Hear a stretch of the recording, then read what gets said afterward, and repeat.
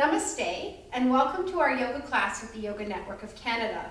This is our posture teaching series. Today we're going to teach you downward facing dog. So I'm going to get Laura to come in to prepare for her downward facing dog, coming onto all fours. And then I want her to ground her hands into the mat and open her fingers wide, as most of our foundation will come from the palm of our hands. So as she presses the palm of her hands into her mat, we're going to curl the toes under and come up into downward dog. In Sanskrit, or in yoga terms, we call this Adho Mukha Svanasana. So what I want you to be mindful of when you're practicing downward dog is the lengthening of the arms. So we're generating some length by pressing our palms into the mat and almost pushing our bodies away from our hands. We are lengthening all the way up through the spine. So if you focus on alignment, you want to think about creating a straight line through the sit bones all the way up towards the ceiling.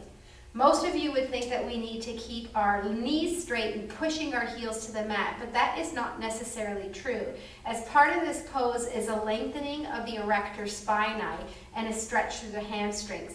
So we can actually take our time releasing those heels to the mat and letting our hamstrings warm up to the stretch.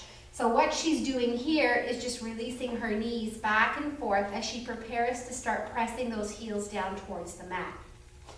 What you want to avoid doing in your downward dog is coming into a slide forward movement where your shoulders are coming over your wrists and you're almost into a somewhat of a tabletop position. So this would be incorrect alignment in downward dog.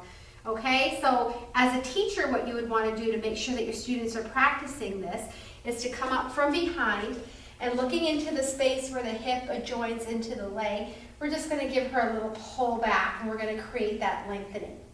Okay, some of your cautions in downward facing dog are wrist injuries, knee or ankle injuries, or anything that might be going on with the spine. We want to be very careful in how we practice downward dog.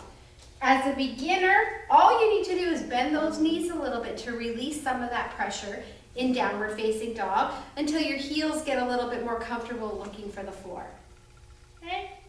Thank you for practicing downward dog with us.